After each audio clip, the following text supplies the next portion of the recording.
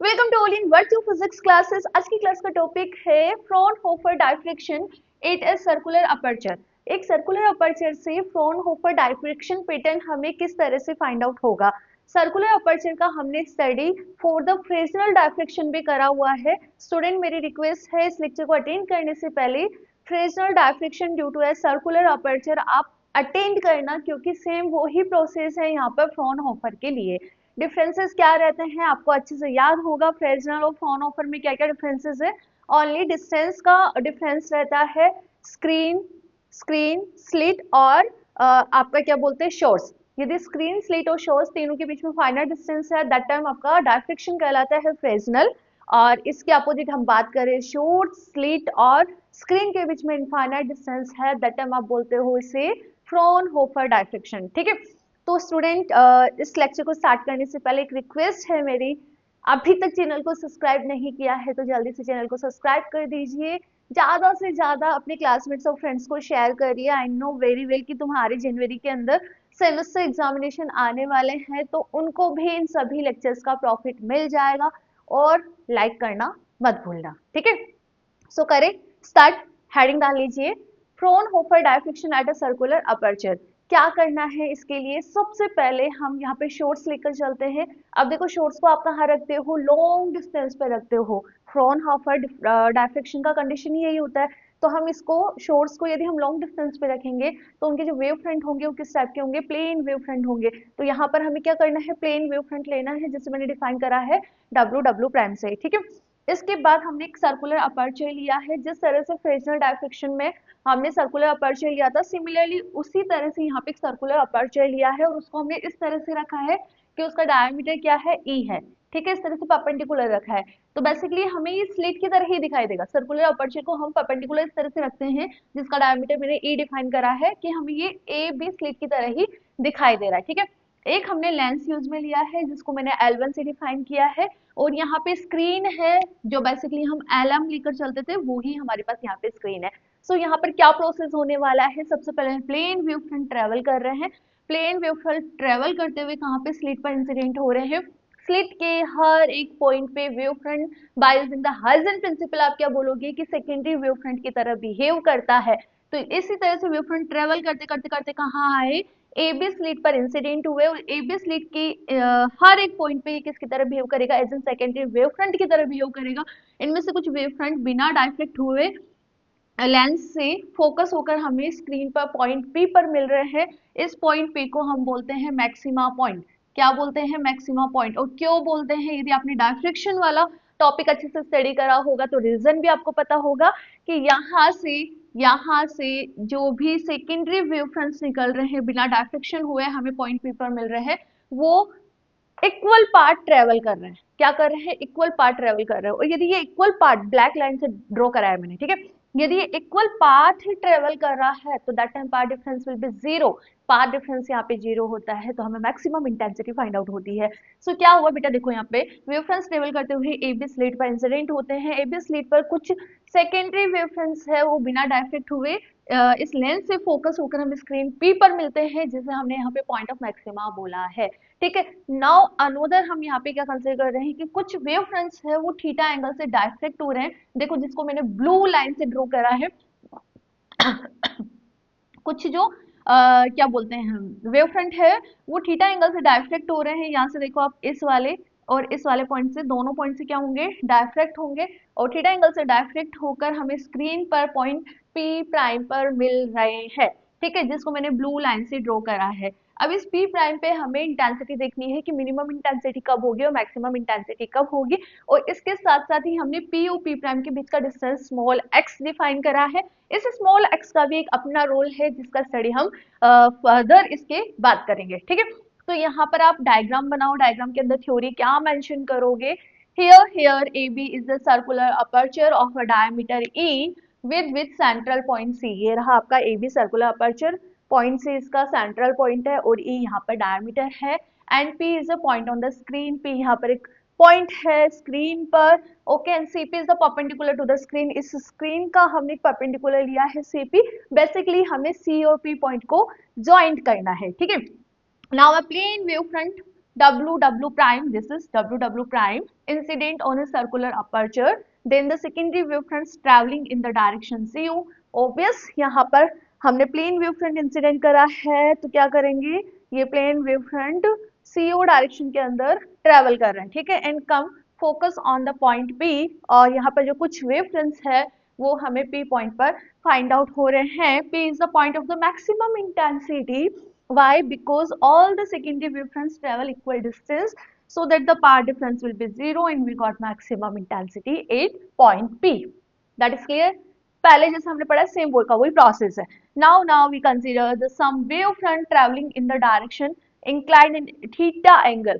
अब हमने यहाँ पे क्या नोटिस करा है कि जो कुछ वेव फ्रंट है वो थीटा एंगल से इंक्लाइंड हो रहे हैं, ठीक है, in the direction of CP, and all the wave front meet at point P prime पे मिल रहे हैं ऑन द स्क्रीन. स्क्रीन पर हमें P प्राइम पे ये जो थीटा एंगल से डायफ्रेक्ट हो रहे हैं वो सेकेंडरी वेव फ्रंट मिल रहे हैं. ओके, सो नाउ अब हमें पार्ट डिफरेंस की बात करें कि दोनों रेस में क्या पार्ट डिफरेंस है. How we calculate? For calculate the path difference, we draw a perpendicular. We draw a perpendicular from point B to AP line. हमने क्या करा, जस्ट ए परपेंडिकुलर ड्रॉ करा है, इसको मैं नाम T दे रही हूँ, ठीक है. तो बेसिकली जो BT है वो क्या है आपका, यहाँ पे ये जो BT है ये हमने परपेंडिकुलर ड्रॉ करा है. सो नाउ हम पार्ट डिफरेंस की बात करें तो हम इजीली यहाँ पर पार्ट डिफरेंस कैलकुलेट कर लेंगे. If this angle is theta और ये परपेंडिकुलर ड्रॉ करा है तो ये आपका कितना होगा, 90 डिग्री होगा, ठीक है. ये 90 डिग्री है और ये आपका E है, तो हम कैलकुलेट कर लेंगे क्या, यस, इजीली हम यहाँ पर परपेंडिकुलर कैलकुलेट कर लेंगे. Path difference, for calculate the path difference आप यहाँ मेंशन करो, for calculate the path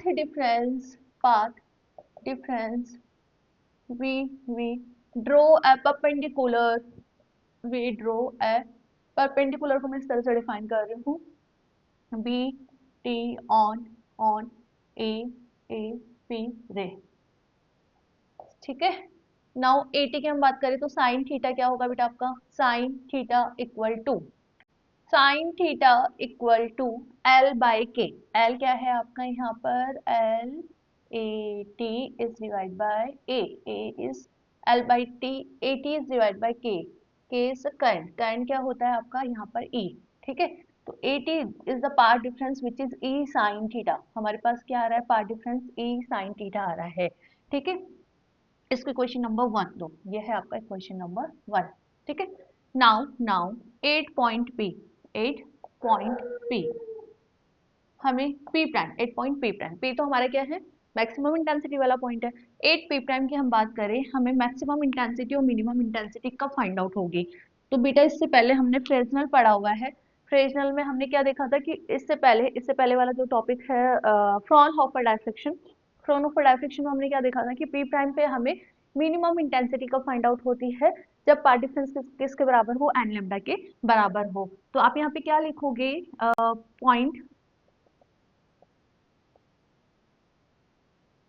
P prime is the point of minimum intensity,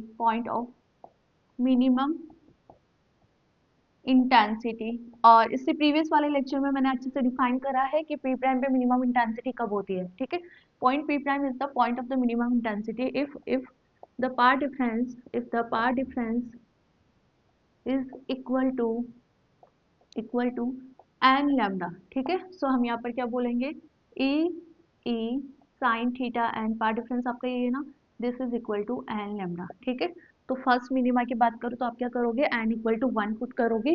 for the second minima n equal to 2 put करोगे. For first minima 8 point P prime 8 P prime, n equal to क्या put करोगे, 1. तो आपका E sine theta 1 equal to lambda, ये आपका path difference रहेगा first minima का. Similarly, P prime point of the maximum intensity if the part difference is equal to part difference is equal to 2n plus 1 lambda by 2, ठीक है. So we can say E sin theta n equal to क्या होगा, 2n plus 1 λ/2। That time हमें यहाँ पर maximum intensity मिलेगी कहाँ पर, P प्राइम पॉइंट पर। ठीक है, इसको लिखो यहाँ तक। इसके बाद हम x की वैल्यू पे कैलकुलेट कर लेते हैं। यहाँ पर x यहाँ पर क्या है, फ्रिंज विड्थ है। क्या है ये, फ्रिंज विड्थ है। देखो अब हमें वैल्यू ऑफ x किस तरह से कैलकुलेट करना है। अभी तक हमें तो ये समझ आ गया कि पॉइंट P1 पे हमें मिनिमम और मैक्सिमम दोनों ही इंटेंसिटी मिलती है।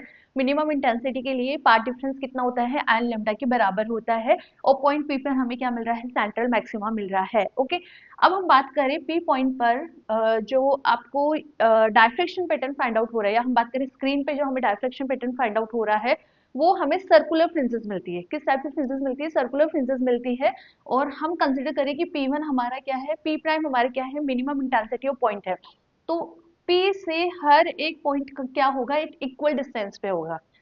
P से हर एक पॉइंट क्या होगा, इक्वल डिस्टेंस पे होगा। और हमें यहाँ पे सर्कुलर फ्रिंजेस फाइंड आउट हो रही है, तो हम कंसिडर करते हैं कि जो हमें सर्कुलर फ्रिंजेस में जो ब्राइट फ्रिंजेस फाइंड आउट हो रही है, उसका रेडियस क्या है, स्मॉल x है। और टारगेट क्या रहेगा, अब स्मॉल x की वैल्यू कैलकुलेट करनी है। तो इसका आप एक्सप्रेशन किस तरह से लिखोगे एग्जाम में, if P1 is the point of the minimum intensity, P1 यदि आपका मिनिमम इंटेंसिटी वाला पॉइंट है, then the all the point is the same distance from point P। P prime पे हमें मिनिमम इंटेंसिटी मिल रही है, तो इसका हर एक पॉइंट P से क्या है, इक्वल डिस्टेंस पर है। ठीक है, लाइंग ऑन अ सर्कल, और एक सर्कल पर लाई करते हैं जिसका रेडियस क्या है, स्मॉल x है, and will be the minimum intensity. ठीक है, तो आपको किस तरह से लिखना है, if P1 is the point of a minimum intensity, then all the point at same distance from point P and lying on a circle of radius x will be the minimum intensity. Thus, the diffraction pattern due to a circular aperture consists a central bright disk। आप diagram में देख सकते हो यहाँ पर, इस diagram में हमें सबसे पहले जो यहाँ पे फ्रिंज मिल रही है, सर्कुलर फ्रिंज मिल रही है, वो ब्राइट फ्रिंज मिल रही है। इसे हमने क्या नाम दिया है, एरे डिस्क नाम दिया है। इसके बाद alternating bright and dark fringes मिल रही है, इसे हम एरे रिंग्स बोलते हैं। Thus the diffraction pattern due to a circular aperture consists of circular bright disk. This is known as array disk, and surrounding by the alternating dark and bright concentric rings are called array rings। ठीक है, and for the calculate value of x, हमें यहाँ पे x की value calculate करनी है। For that हम यहाँ पे एक छोटा सा मॉडिफिकेशन करते हैं, क्या कि ये जो लेंस है, इस लेंस को हम कहाँ ले आते हैं, स्लिट के बहुत पास ले आते हैं, और जो स्क्रीन है वो लार्ज डिस्टेंस पर ले जाए। So for calculate the x, we consider the screen, we consider the lens is very near to the slit. जो लेंस है उसको हमने स्लिट के बहुत पास रखा है, और स्क्रीन को बहुत लार्ज डिस्टेंस पे रखा है, और screen it a large distance from the lens. That time क्या होगा, ये वाला एंगल आपका थीटा। ठीक है, दैट टाइम हम इस वाले डिस्टेंस को, ये जो आपका डिस्टेंस है, आप इसको O नाम दे दो, ये O P प्राइम है, इसको हम क्या लेकर चलते हैं, as an focal length F लेकर चलते हैं, और ये जो P प्राइम है वो आपका ऑलरेडी X है। तो बेटा मैं यहाँ से साइन थीटा क्या बोल सकती हूँ, X is divide by F। And we already calculate कि जो हमारा पाथ डिफरेंस है वो क्या आ रहा था, E sine theta and equal to minimum intensity के लिए एन लैम्डा आ रहा था ना। तो यहाँ से थीटा हम क्या बोल सकते हैं, E it's multiple x by f equal to N lambda. तो यहाँ से x की वैल्यू आपके पास क्या आ रही है, कैलकुलेट कर लोगे ना, n lambda f upon E. If n equal to है आपका 1, तो x आपका आ रहा है lambda f is divide by E. This is value of x। But x का ये एक्चुअल वैल्यू नहीं होता है, x का एक्चुअल वैल्यू होता है 1.22 lambda f by E. But हमारे पास जो वैल्यू आ रही है वो ये वैल्यू आ रही है। ठीक है, तो आप क्या बोलोगे, but this is the actual value of x।